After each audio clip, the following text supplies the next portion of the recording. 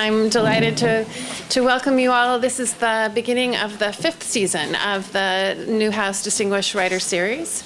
And today we have a reading by Yusef Komunyakaa and Bill Tremblay, the two of them. And our host for this afternoon's reading is Selwyn Cudjoe, who is the professor of Africana Studies and the Margaret E. Deffenbaugh and Leroy T. Carlson Professor in Comparative Literature. Selwyn's taught here at Wellesley since 1986. He teaches courses on the African American literary tradition, African literature, Black women writers, and Caribbean literature. He's a prolific writer and editor and an authority on major Caribbean political and literary figures such as V.S. Naipaul and C.L.R. James. His most recent book is called Caribbean Visionary A.F.R. Weber and the Making of the Guyanese Nation. Selwyn's been a good friend and colleague for a long time here. We worked on many a project together over the years here at Wellesley, and I'm always grateful for the power of his passion and his intellectual commitment. So I was really delighted that he agreed to serve as today's host. So he will introduce our poets who will read, and then they will have a conversation for a bit before we open things up to you all for questions, and then we have books for sale to be signed for the author after. So please turn off your phones and other noisemaker devices, and I'll hand things over to Selwyn. Thank you. Thank you very much, Carol. First of all, I wish to thank, I feel extremely honored when Carol invited me to introduce Yusef Komunyakaa and Bill Tremblay in what has become, I think, a seminal event for the Susan and Donald Newhouse Center for the Humanities and Wellesley College as a whole. I must confess that I had heard Yusef's name before, but was entirely familiar with Bill's work. But I was an admirer of Diego Rivera's work ever since I encountered him at the Studio Museum in Harlem many moons ago. And of course, some research I thought would bring me up to date. Yusef is a fascinating character. Having been born in Bogalusa, Louisiana, where he was raised during the beginning of the Civil Rights Movement. From there, he moved very quickly to serve in the United States Army from 1969 to 1970 as a correspondent and as a managing editor of the Southern Cross during the Vietnam War, earning a bronze medal. In 1973, Yusef began writing poetry. Thereafter, he seemed to have had a storied life, winning so many prizes that it would take me all afternoon to read them all. I will only mention that Thieves of Paradise, 1998. He received for which he received the Pulitzer Prize and the Kingsley Tufts Poetry Award for the new and selected works, 7789. Currently, he lives in New York City, where he is the distinguished senior poet in New York University's graduate creative writing program. Many wonderful things have been said about the poems, but I rather like the first sentence in Sheila James's Hamshaw's introduction to A Conversation with Yusef. It says, and I quote, "Like a wise Giro or a conjure man," that's a Shango man or Obia man, transplanted to Louisiana bayous from his ancestral homeland, Yusef cooks up a callaloo of poetic images that excite the sense in a family, yet in a yet enigmatic way. It's something that she says she likes and something I can relate to. I grew up in Trinidad, where callaloo was the major dish. And since, of course, New Orleans is the northernmost city in the Caribbean, and Trinidad down at the south, we had that in common. Of course, we had Voodoo and Shango and all of those gods to deal with. So that kind of came to me straight away. And then, of course, I went to his very first book of poems, copacetic, like the word, really. When he talked about the very earliest poem, he says, "Here a bloodhound boss, I hear for slick Sam, the freight train hopper. They tell me he's a crack shot. He can shoot a cigarette out of a man's mouth 30 paces of an owl's call. That's how fast, how accurate to the point the poems of Yusef are. His phrasing is compelling.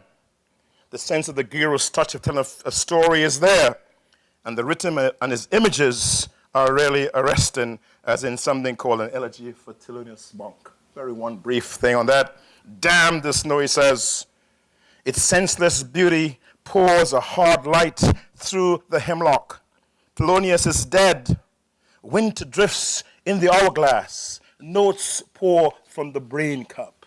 And that gives you a sense of how fast he is on the trigger and how intriguing his images are when he gets himself working on his poems. Of course, Bill, an award-winning poet and novelist, is an artist of another stripe. He has taught at Colorado State University for 30 years, where he directed the MFA program in creative writing. He also edited the Colorado Review for 15 years. His works have appeared in 7 full-length volumes of poetry, including Crying in the Cheap Seats and Shooting Script, The Door of Fire, which received from the Forward magazine its Silver Award and the Colorado Book Award for the Colorado Center for the Books, an affiliate of the Colorado Endowment for the Humanities and the United States Library of Congress. Frank Allen, writing in the American Book Review about Shooting Script, says, and I quote, "It has the impact of a movie, the intricate vividness of a painting. These poems are intense and expressionist. They explode inner feelings and the world, the devouring teeth of politics, the shattering fragments of artistic vision." I like that. That's kind of nice, man. That really hits you in the guts. Bill's latest work, Magician's Hat, as he says in his preface, is an imagined journey into the 4 crucial years in the life of an extraordinary painter, Mexican muralist Jose Siqueiros, who dedicated his life to the experimental art and general rebellion. Having seen how his grandfather was treated the Indians working on his land, Siqueiros decided to use his painting to expose, quote, the psychological underpinnings of Mexican internal conflicts. The poems, though, of Magic Hats, or Magic of the Magician's Art, is a journey into that world and covers the period 1936 to 1940. Threadbare notes, and I quote, Siqueiros paints metaphors for human conditions that evolve towards the march of humanity. Of course, he uses murals to paint, as of course David Rivera did, particularly if you go to something like the Artist in Chicago. I think you got a really great sense of his work there. And so just to give you a taste, and I'll just end here, of this work of the master, because he was his teacher, and so we're going to have the master and the teacher working together. You read in Magic Hat, as Siqueiros tried to use his art, a lot of these Marxist workers, in terms of using the art to explore reality and to speak and send messages. You read it in the Magic Hat, the title poem of Bill's work, and then you understand the enormously important vocation to which Siqueiros has dedicated himself. This is what this poem says, just a few lines. Siqueiros stood there, and they're coming out of Carnegie Hall at some point, and then they begin to start and do their work. Coming outside, Siqueiros stood before the horse of a hansom cab, peered it in its eyes, saw ocean galaxies. I want, he confided, to make art inescapable, like 2 strangers falling in love. Art, she told him, is a luxury I can't afford. She stroked the horse's outpacked jaw. How would he inspire? She wanted to know. He reached in his pockets, artist as he is, for the touchstones. 3 spent tubes of acrylic paint. His magnificent heart. From this, he says, these tubes and these paints, I can make whatever you wish. Memories of your family, lighting candles on gravestones, At midnight, while dynamos throb golden in the night skies, he offered as he jiggled them high in the air. That's Tim. These are the words of Yusef's teacher. You ponder them, and you realize how much the teacher has passed on to his student. And what a riot of words and images would dance together if they ever came out to play. Today they've come out to play. And we have the pleasure of welcoming them here to Wellesley College. Can we welcome these two marvelous gentlemen? And we were thinking we'd go first, and I think the teacher says he wants to go first, but I think I had Yusef first. So Yusef, you want to go first, and then are you going to defer to the teacher? All right, teacher. The teacher goes first, and then the student. Thanks.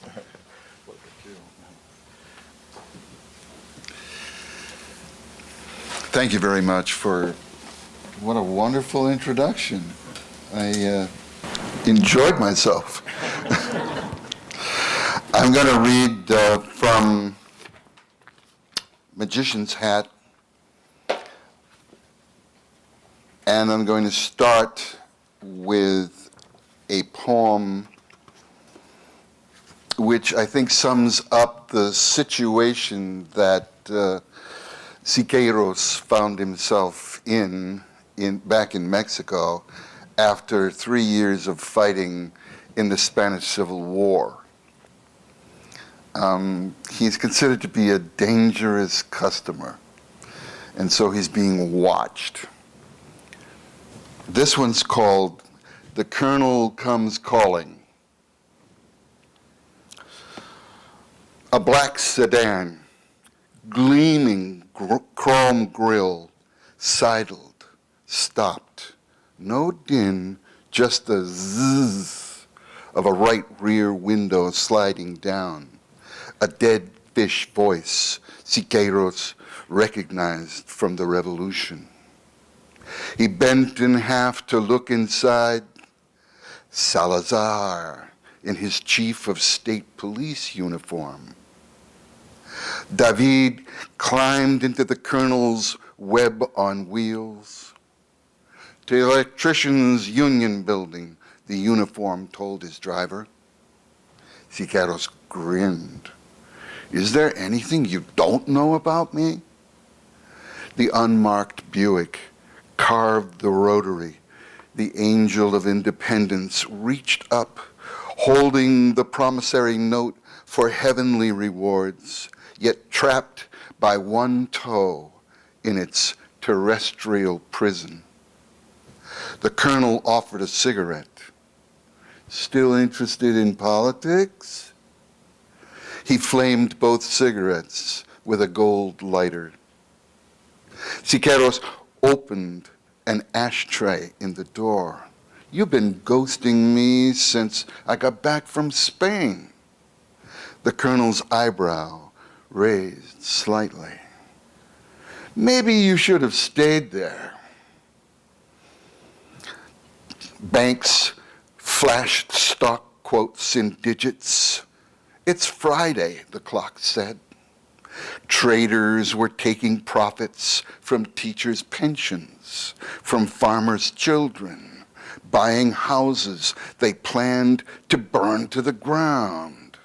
They knew how to make money from disasters. They had bought insurance. Hundreds of file clerks, all aluminum elbows, knees, silver spiked high heels, black plastic umbrella rapiers, crowded into skyscrapers, the sides of their mouths grim as they steeled themselves to turn humans into data. Is this the change we fought for? The colonel sneered. We fought for pocket change. Along the Paseo, men in gray jumpsuits swept sidewalks with palmetto brooms between busts of Mexico's heroes and royal palms. The way the workers get screwed never changes. Siqueiros reached, took the colonel's sunglasses off, startled to see an 8-year-old in military costume, epaulets, medals, hat, dwarfing him. His brushy eyebrows looked glued on. Siqueiros fought back a smile as he watched the boy Salazar lift his cigarette to his little mouth. "Please, no rants," he squeaked. "Just don't go to the march against Trotsky." Sun sliced his eyes through the still opened window. "What march? Don't play stupid, David." The colonel put his sunglasses back on. Siqueiros saw reflected in the colonel's mirrors himself as a young captain on a troop train with machine guns chugging north to Sonora. 1919, locomotive steam, cigarette smoke, the Mexican time machine, Monte Alban, stone gods, Oaxaca's church spires. Sunlight glittered on the colonel's medals, epaulets. David said, "Let me paint your portrait. You're ready now." At the corner of Insurgentes, a traffic cop in leather jacket, jodhpurs, white helmet, wrote a ticket with a Quetzal pen on a white-haired cabbie who, hands together, prayed fervent to be let off. "A pitiful sight, a man with no palanca," the colonel observed. "But as a hero of the revolution, you could write your own ticket if only you would—" "That's exactly what I must not do." The car slowed to a red light. A beggar woman held her baby in her arms. David Quick opened the colonel's door, jumped out, and as a collectivo swung by, jumped on, flipping his cigarette that hit the Buick's windshield in a disaster of sparks. So you can see what I'm doing, right? This is a movie. Okay, this is, in other words, it's like fiction, but I hope it's good. I mean, I hope it's better. I hope it's better than, you know what I mean, Dan Brown or something like that, you know? And there are things that happen in these poems that would be very hard to film, you know? Because there are things that can happen in language that are marvelously liberating. You know, I was reading a book and talking with Doug Valentine about this book called The Uprising, in which the author talks about, the subtitle is Poetry and Finance, of all things. And he says, the thing about poetry is that it's very clear that it's value added. You know? That, the first time I really, really understood that was I was reading Hart Crane in a poem called Chaplinesque, in which he says, he's talking about Charlie Chaplin, and he says that the moon makes a grail of a trash can.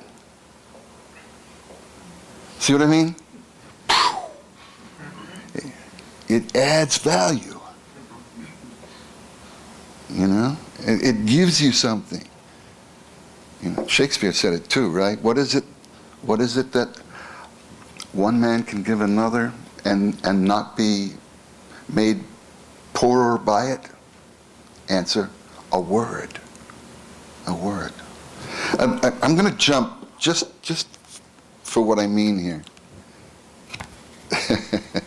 I can't stop teaching. Part of the reason I wrote this book is that I got into the tutelage of a Russian film director named Sergei Eisenstein. And Eisenstein said, "What is a film but an animated mural? Make it happen. Make it come alive." That's what I'm trying to do. I'm just going to read you one stanza, the opening stanza of the book, and I'd like to have you listen particularly to the last 2 lines.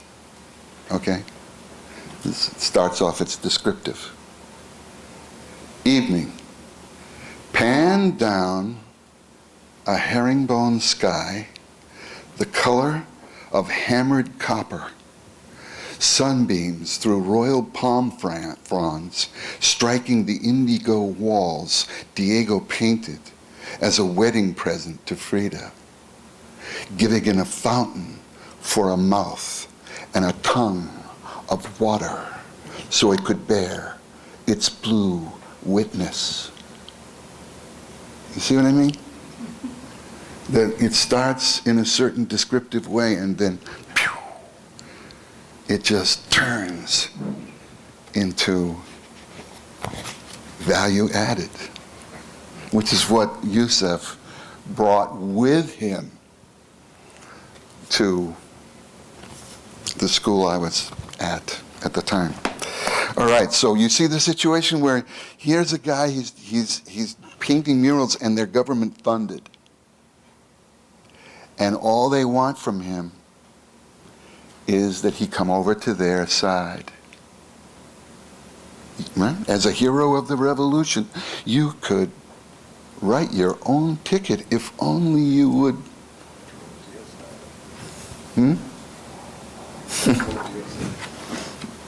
Yeah, if only you'd come to our side, right?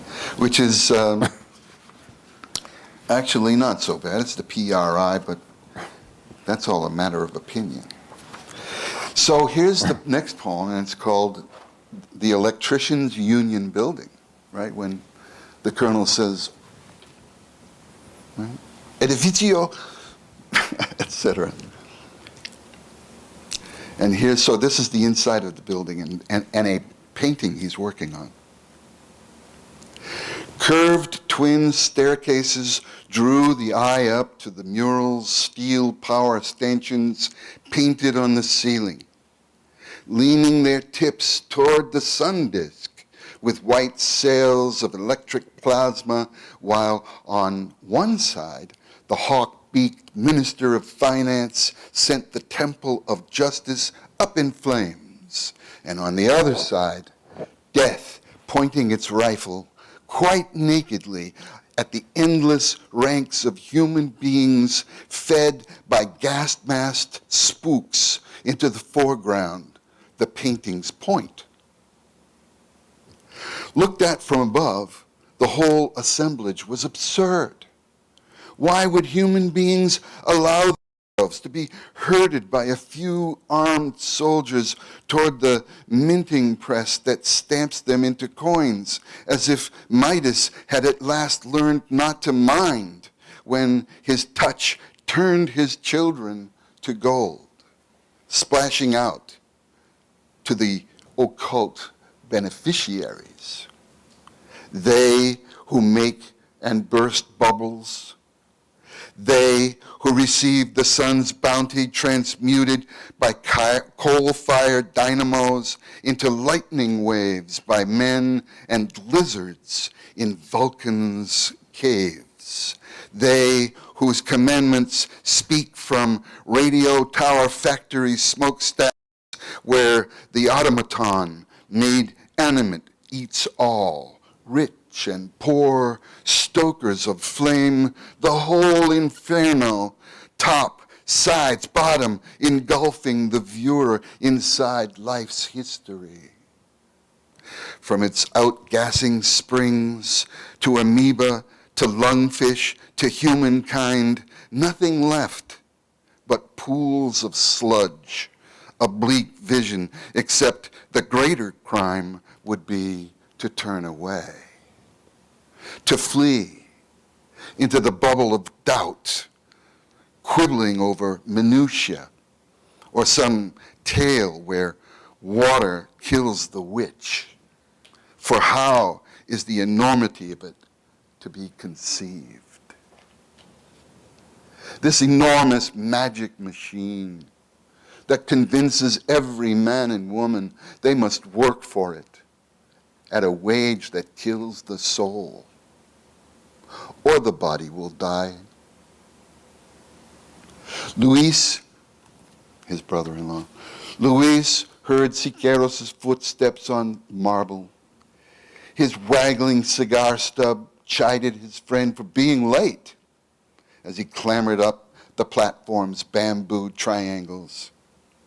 Salazar picked me up again, Siqueiros grumbled, swooping up his spray gun, connecting hose, flipping on switch, forming silvery black eagle swept back bomber wings, hovering over its panicked prey. Easy pickings. Luis chewed his stub, hangdog that David promised him the eagle but reneged, obsessed with fashioning one with iron feathers that can slice flesh, claws that made Mexico a bandit-ridden hellhole. Luis asked when he was going to have a say. Who's the maestro here? Siqueiros barked. Luis took his cigar out of his mouth. I looked for you at the farm collective meeting last night in Xochimilco. Where were you? A beggar woman with crying infant padded into the hall, looked at the mural, spat on the tiled floor, breastfeeding. It's impolite to stare, Luis said. Years ago, I challenged Diego to paint such a woman. He picked up a charcoal and found her curves. The muralist movement was born in that very moment. The baby stopped crying. Siqueiros wondered how to paint her, feeding all of Mexico. Luis's voice climbed into the sound vacuum. The Bank of Commerce is foreclosing on them. What David felt at others' woe pulled apart the web he used to trap his rage. He slammed the spray gun down, tore his apron off, rushed out past tourist junk shops, alleys of homeless living off restaurant garbage. Picking up a loose sidewalk brick, he entered the Bank of Commerce, leaned over a dowager. How can you put your money in a bank that forecloses on poor farmers? The woman looked up at him.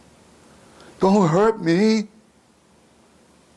Two bank guards rushed over. He's got a brick.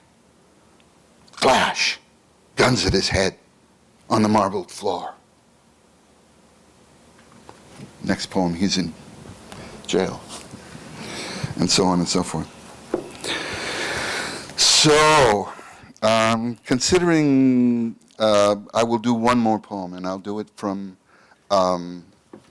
Shooting Script, which is the first book, and I want to get my publisher to issue these two together, because this one is the sequel of this one. Okay, and I'm hopeful that he will do that, and then we will call the whole thing Double Album. You see what I'm always trying to do? I'm trying to break out, to break out of this fine arts trap, because we're all humans. Anyway, Oh, I think I should also read you I think this is good. Let's face it, I would be here for hours. But this is from a poem by Diane de Prima. Talk about she's not only an old hippie, she's an old beatnik. Diane de Prima, a poem called Rant. And she says, "There is no way out of the spiritual battle. The war is the war against the imagination. You can't sign up as a conscientious objector."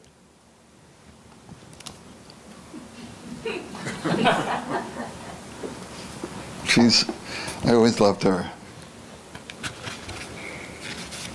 I'm going to read you a poem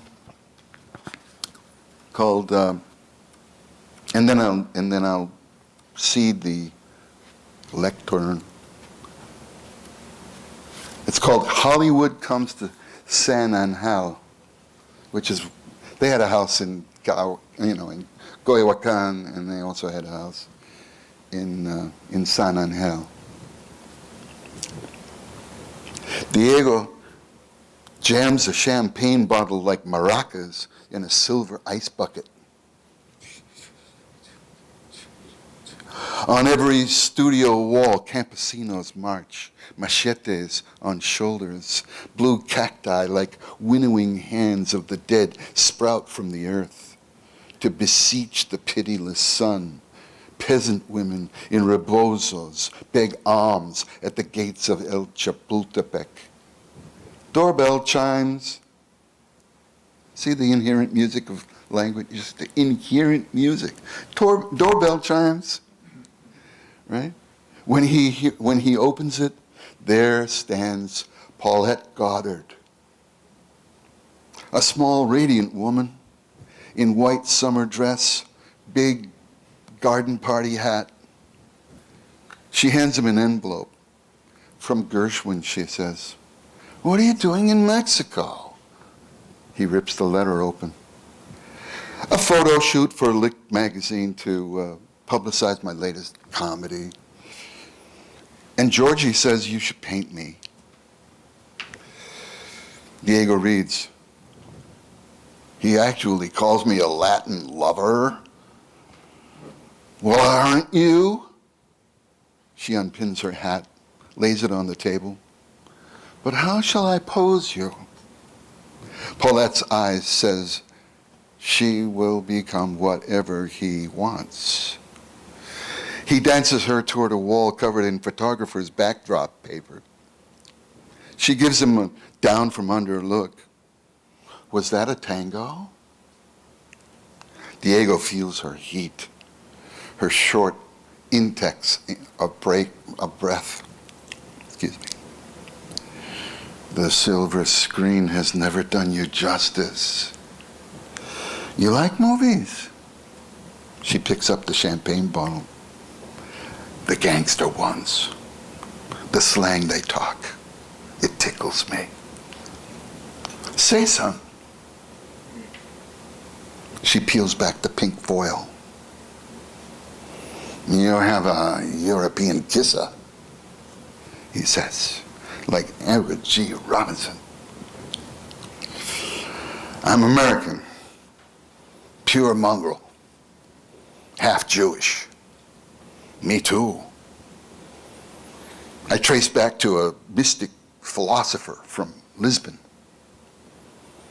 Stop. You're making me nervous. How is Mexico treating you? At the bullfights, the matador dedicated his victory to me. Then some jerk said the bullfight was amateur. I said, maybe, but the bull's a professional. Close on the tip of her tongue between her teeth as she untwists wires. He settles Paulette down on pillows. She looks from that height at his zipper. Now what? Now we wait for the magic. Did you know I was raised by a bruja? You see, my twin, Carlito, died before we were one. My mother fell upon his grave, wouldn't leave the cemetery. My father sent me to Antonia while he struggled for my mother's sanity. So you have two mothers. One is a witch, a curandera who helps the poor miners at the Valenciana. When I arrived, I didn't have much will to live. Understandable.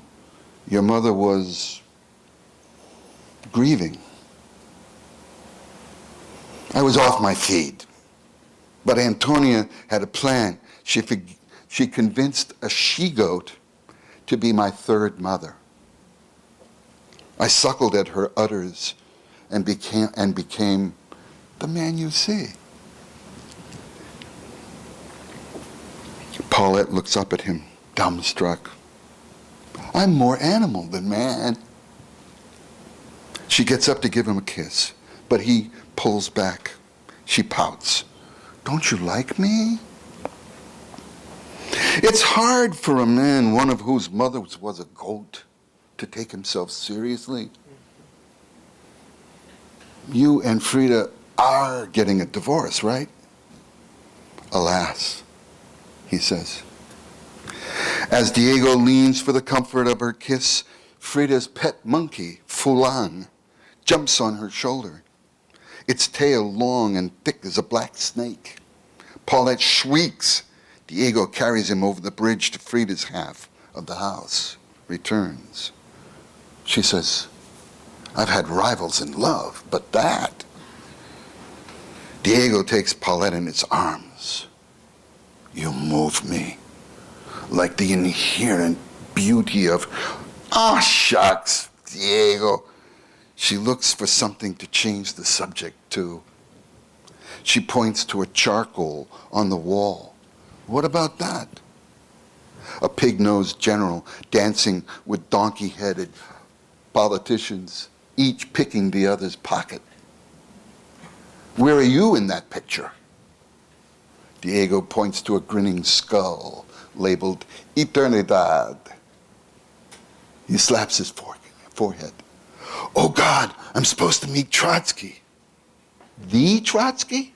When? 5. Is it 5? I'll tell you a secret that works. You hit the gas, never the brakes, you hold your breath, and you get there on time. As he heads to the door, Paulette calls out, hey! He comes back, snatches her up in his arms. She reaches down to the bulge. Oh my, she says, hurry back. All right.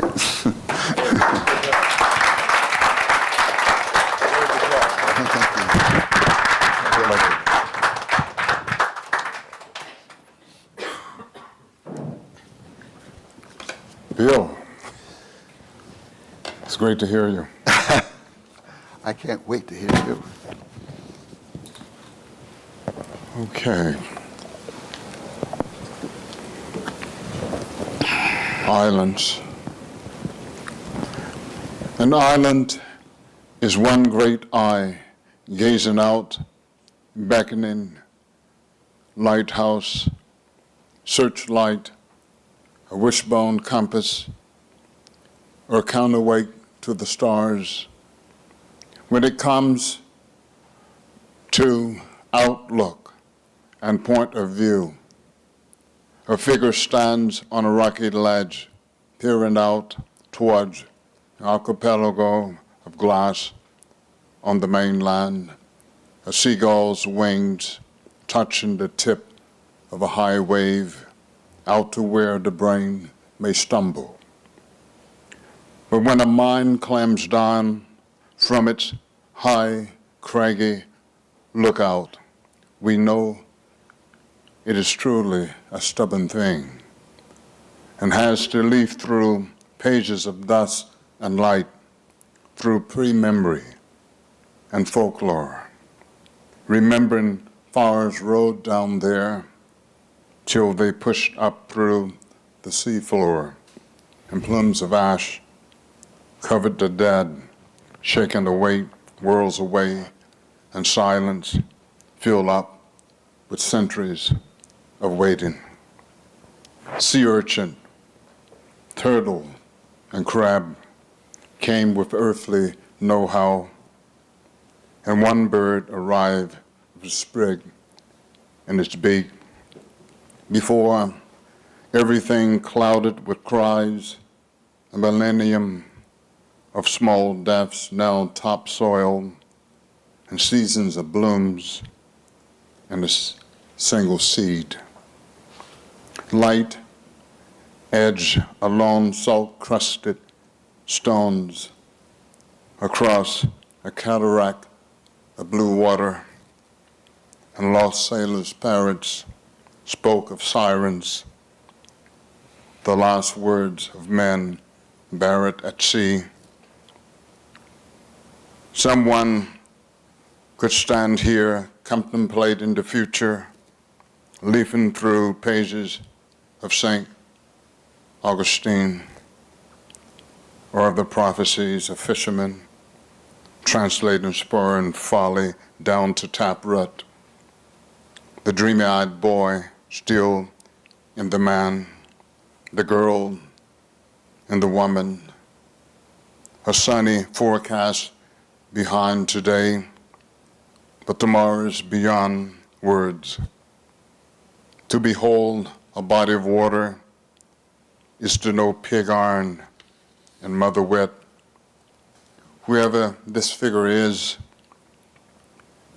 he will soon return to dancing through the aroma of Dagger's Log, Ginger Lily, and Bougainvillea, between chants and strains struck till gorge rally the hill and air, until the church steeple birds fly sweet darkness home. Whoever this friend or lover is, he intones redemptive harmonies. To lie down and remembrance is to know each of us is a prodigal son or daughter looking out beyond land and sky, the chemical and metaphysical beyond falling and turning water wheels in the colossal brain of damnable gods, a eureka held up to the sun's blinding eye, born to gaze into fire. At the conquering frontiers, the mind comes back to rest, stretching out over the white sand.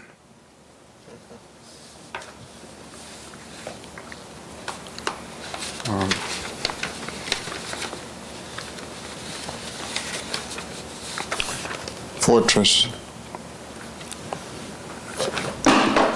Sorry. Thank you. Fortress. Now, I began with these two hands held before me as blessing and weapon, blackbirds in fierce flight, and instruments of touch and consolation. This sign means stop.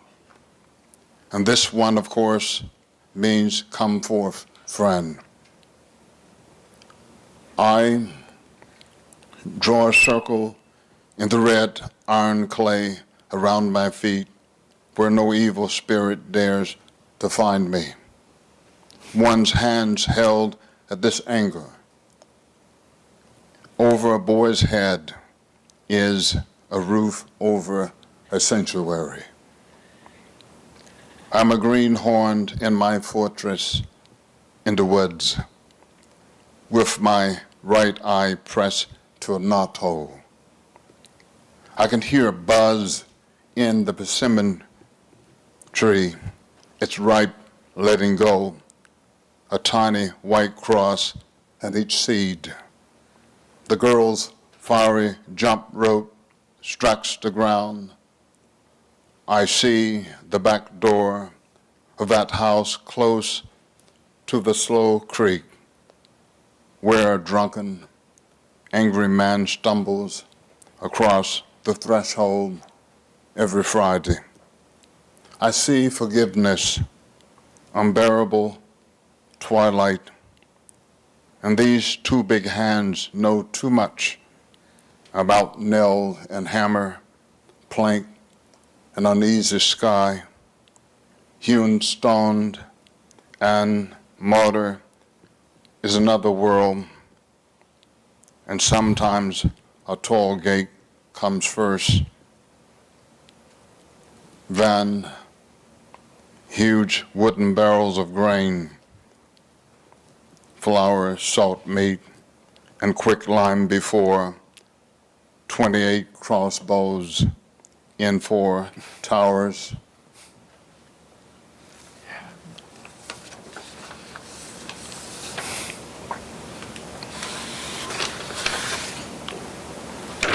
Envoy to Palestine.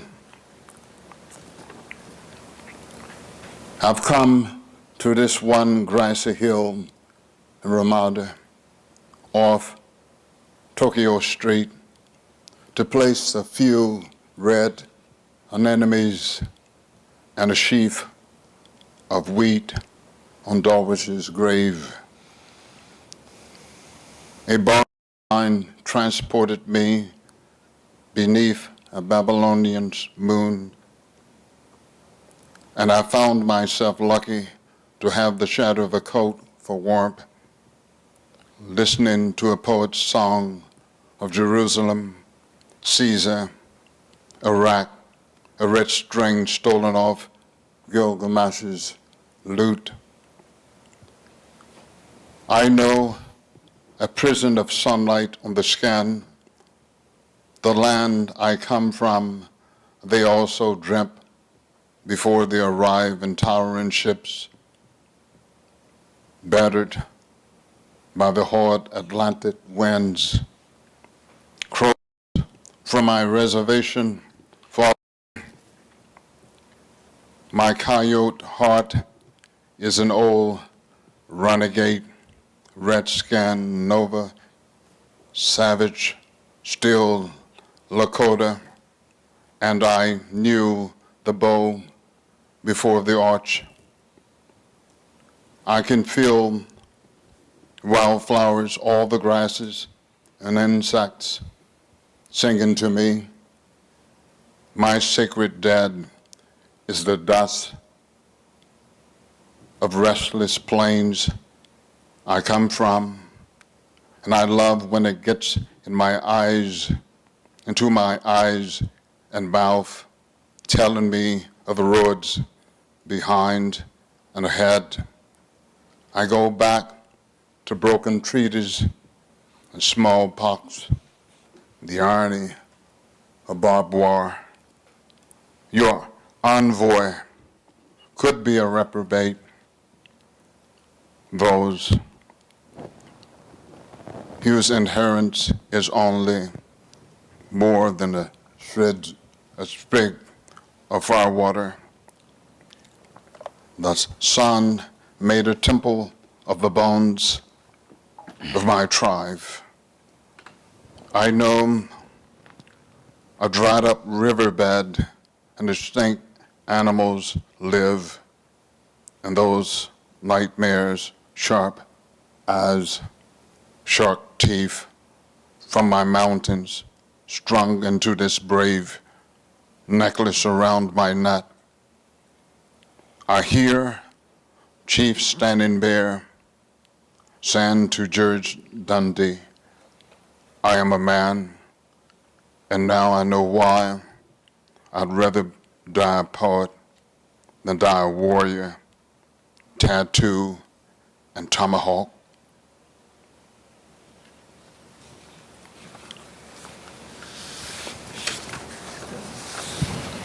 And the last poem is an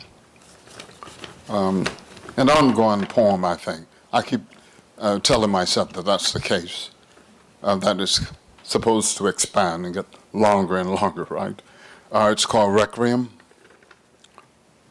So When the strong unholy high winds whiplash over the soul of marshlands eaten back to a sigh of salt water, the crescent city was already shook down to her pylons, her floating ribs, her spleen and backbone left trembling, and old world facades and postmodern lethargy, lost to waterlogged memories and quick claim deeds, exposed for all eyes, damnable gaze, plumb-lined and heart-throb ballast and water tabor, already the last ghost song of a Choctaw, and the Chippewa was long gone, no more than a drunken curse among the oak and sweet gum leaves, a tally of broken treaties and absences, echoing cries of birds over the barrier islands, inherited by the remittance man, scallywag, and King Cotton, and already the sky was falling in on itself, calling like a cloud of seagulls, gone ravenous as the Gulf,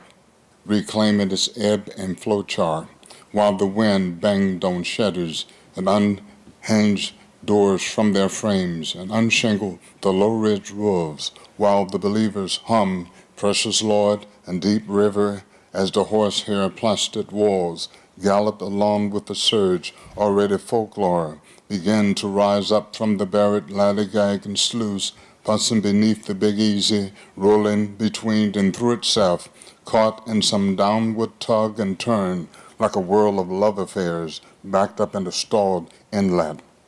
And knelt down army of cypress, a testament to how men dreamt land out of water where bedrock is only the heart's bumping grind, as deep dark churn and acceleration blows it down to those unmoored timbers. Already nothing but water, mumbling as the great eye lingered on a question, then turned, the gauzy genitalia of Bacchus and Zulu left dangling from magnolias and rain trees already. Wow. All right. Okay, thank you. All right.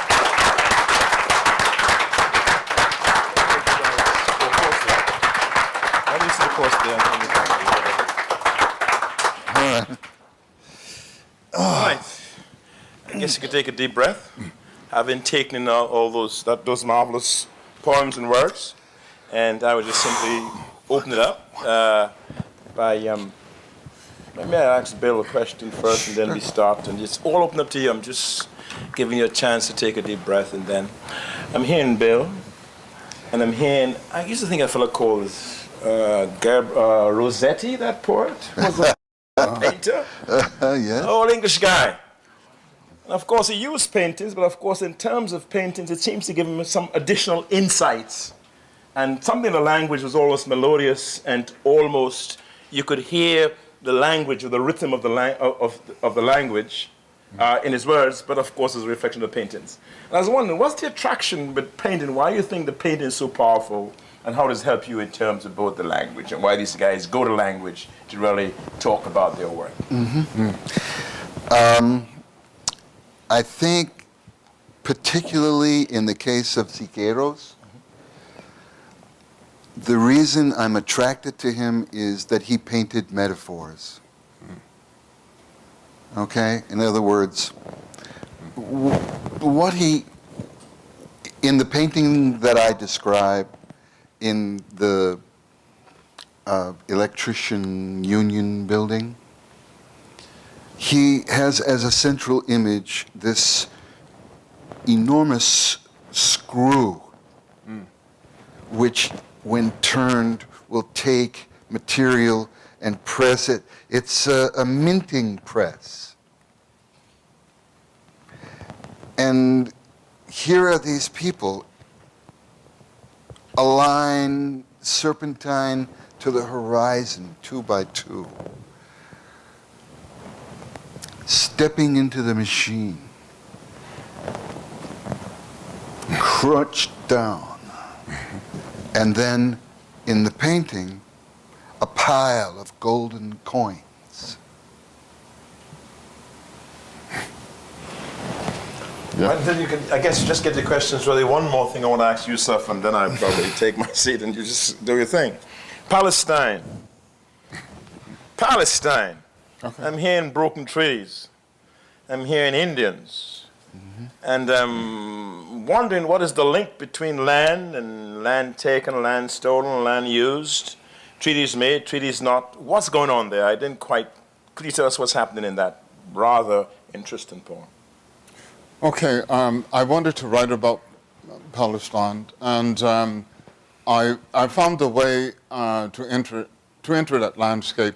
I've been really moved by Darwish's work, and just his lyricism, his sort of innate duende. So after Darwish died, I sort of visualized myself going there, putting a flower, a sheaf of wheat on his grave. But I said, well, how does one transport oneself there with a certain kind of parallel emotion? And it was through Native American. I had also written,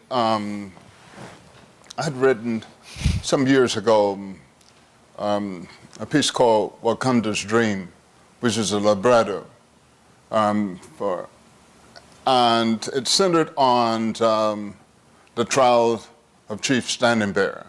And Chief Standing Bear, this trial happened in 1876. This is long after the Civil War. And Chief Standing Bear entered the court to prove that he was indeed a human being. When he appears before Judge Dundee, that's what he's there to do, to prove that he is a human being. And I thought, behind that, if we think about information, if we think about facts, history, and what have you, often things sort of dovetail, especially for the poet, I think. They meet, they converge. So that's those are moments of history that sort of just converge there within the context of the envoy to Palestine. Trail of Tears, Palestine, Native Indians. Any questions? I know you want to jump into the conversation, so why don't we hear you? Anybody wants to ask any question? I mean, don't be scared. I mean, this is Wellesley, man. You guys are scared. What's going on here? Yes. Mr. Englishman and Mr. English poet, you got to help us out here. You're the poet. Tell us about Requiem and why you said it was expandable. I love the poem. Well, Requiem,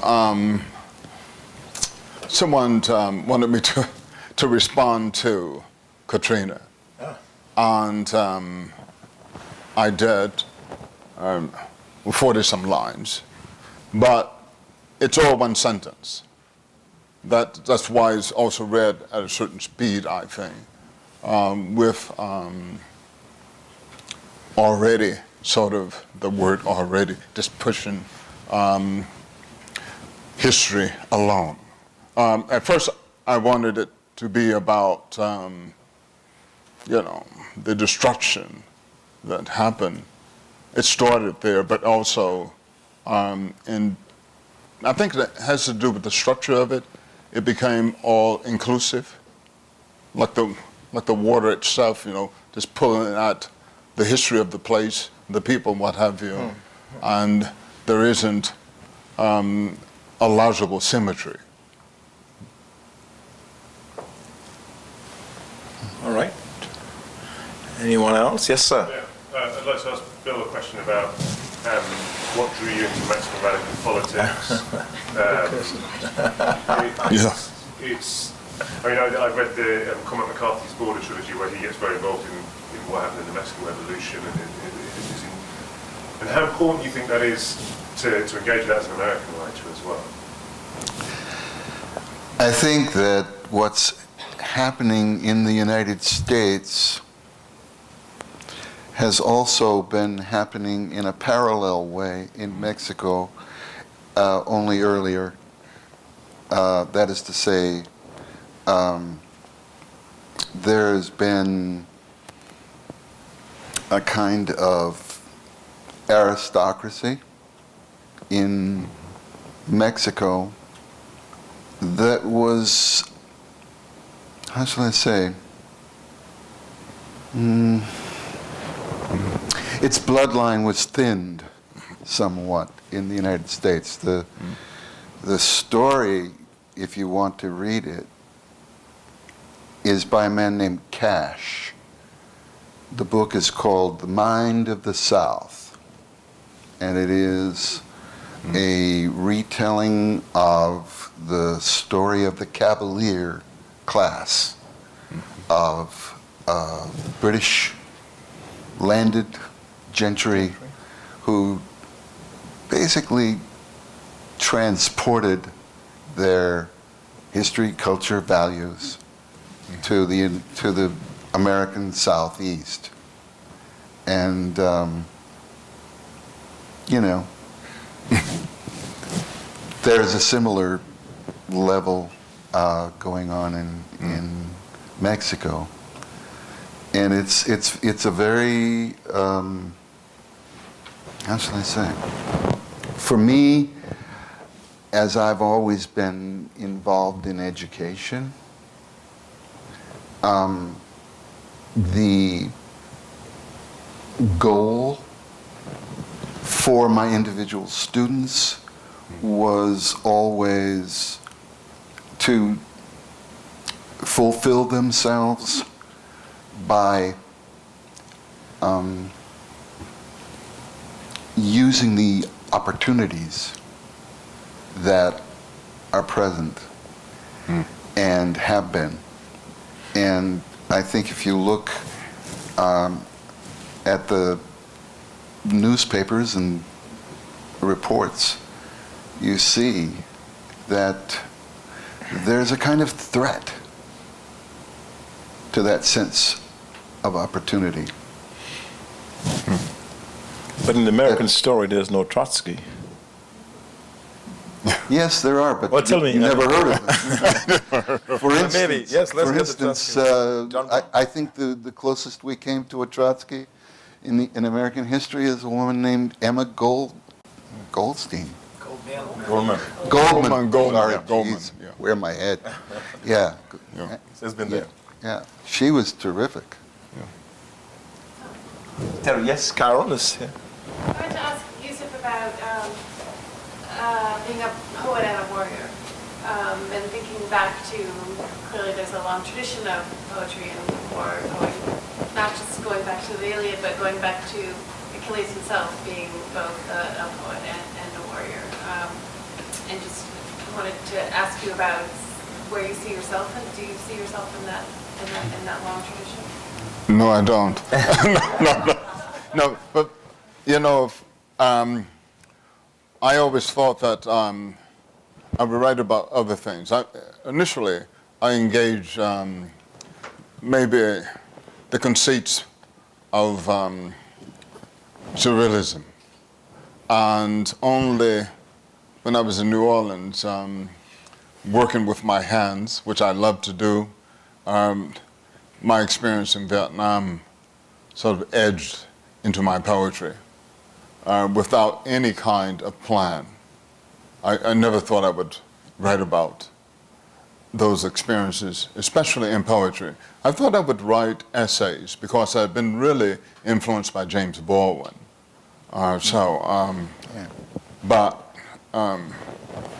once I wrote one poem somewhere near Phu Bai, all the other poems about Vietnam just came forth, you know. I promised myself I wouldn't write about Vietnam anymore. You were ready. Yes. You know, I mean, Yeah. it's Yeah, but we're talking about the warrior tradition, that sense of engagement and activism.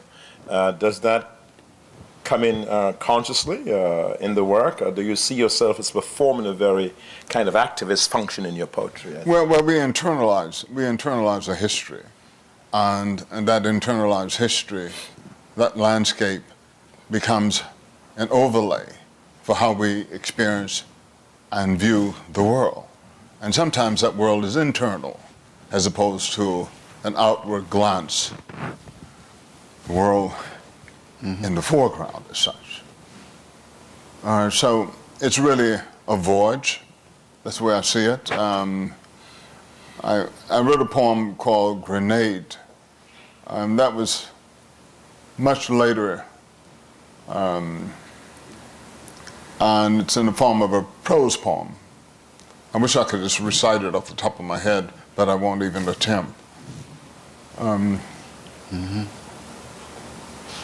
have a colleague who claims that all of Greek tragedy was written by soldiers, for soldiers, about soldiers. Yes.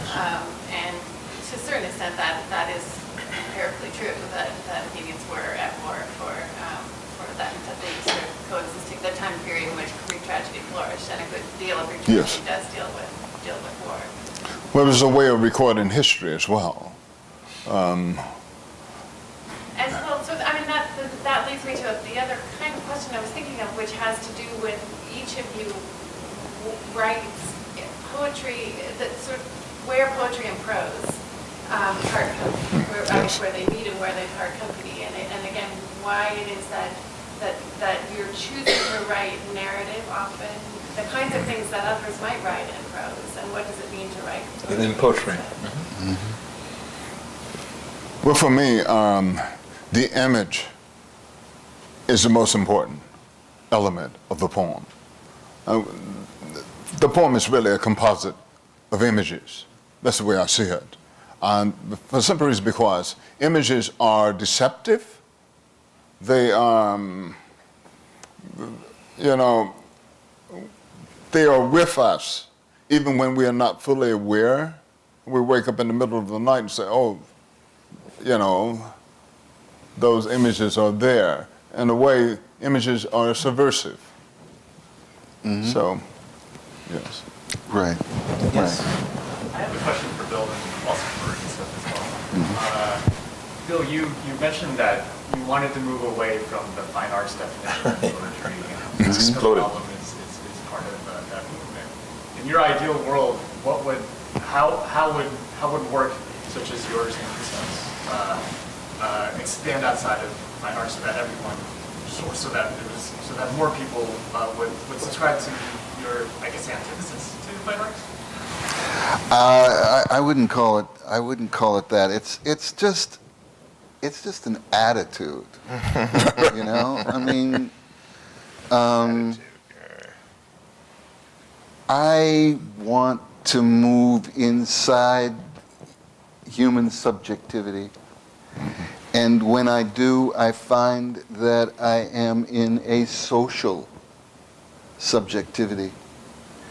And when I'm in that social subjectivity, I feel a kinship to artists like Bertolt Brecht, who is continuously attempting to break down that fourth wall, to break down the distance between the audience and the artist, and begin a real dynamic dialogue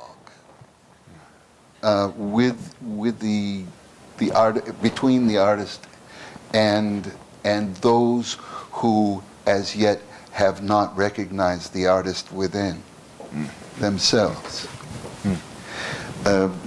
Yusef just used the word subversive.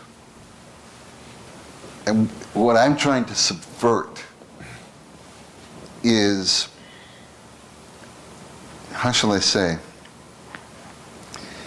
the fact that if we are not careful, we do not recognize the sense in which we subtly give away our subjectivity. We find it so easy to measure in quantity. And, we I don't know if you call it laziness, what we should be looking at is quality. And that's so much more difficult, but it's the very difficulty that engages us, that gives us that intense interest that feeds our lives and doesn't put us in a position where we are a panel of field grade officers sitting at a desk looking at a man who says, I am a man. And, you know, and we don't even understand his declaration. That's obvious, or what? You know what I mean? Yeah. And so I mean, it's all about what this is, which is the humanities and the extension of the humanities. Because having I don't know, just got into a rut or whatever, we lose it. Yeah. We let it slip from us. And this it is? Our feeling of our own potential. I was sitting in a lovely kitchen with a bay window looking out in a town called Carlisle with my son Ben, and just looking at the trees turning for fall. And I said, this is a beautiful plant. You know, and I think Ben felt Yeah. my joy in that radiant moment. And we had a moment of communion. Yeah. And that's the kind of thing that I'm talking about. And I'm also talking about the myriad ways in which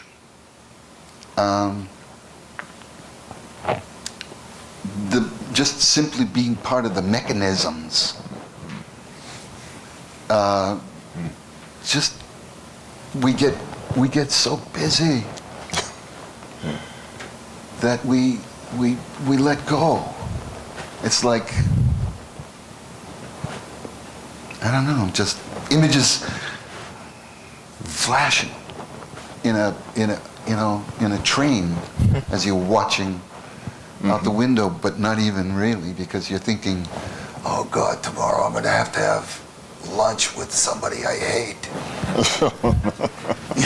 Hope it doesn't get that bad. Right. Yet, you had anything to add to that, or? Well, it's interesting because I think it has to do with the fact that time and space have something to do with how we function as citizens of the world. Feeling. We are afraid of feelings, I think. And consequently, we have imprisoned ourselves in collective abstractions. I like that. We have imprisoned ourselves in collective abstractions.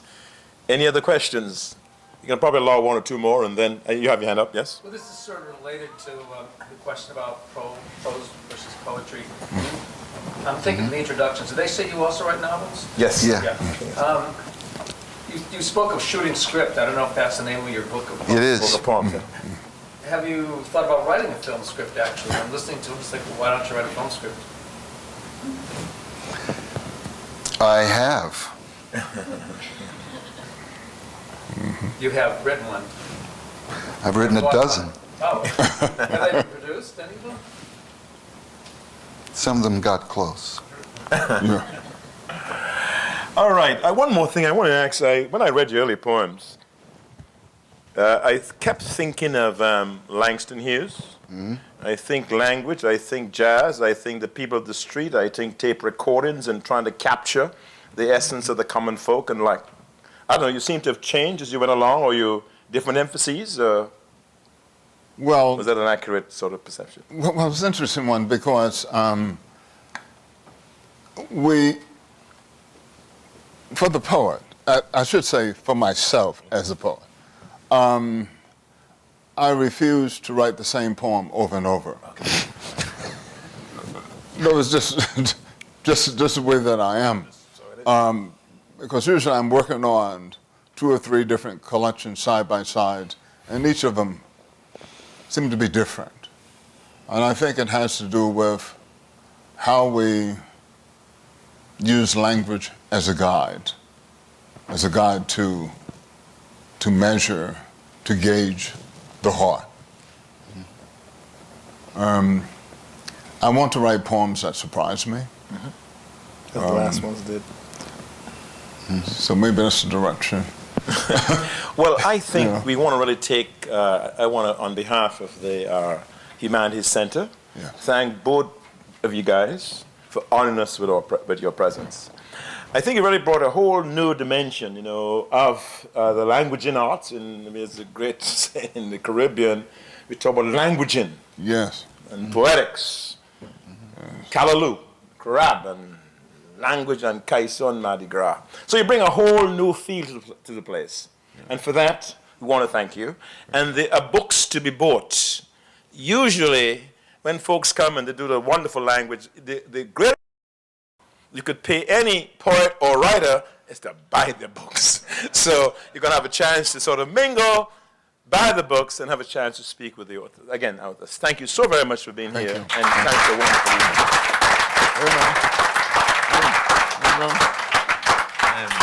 Very good job. Very good. Thanks again for coming, man.